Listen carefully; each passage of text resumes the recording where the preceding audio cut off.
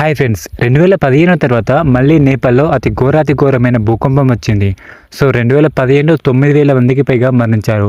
కానీ ఇప్పుడు నేపాల్లో వచ్చిన భూకంపానికి 150 మందికి పైగా మరణించారు. ఆ మృతుల సంఖ్య ఇంకా పెరిగే అవకాశం కూడా ఉంది. అసలు ఆ నేపాల్లో భూకంపం రావడానికి గల కారణం ఏంటి?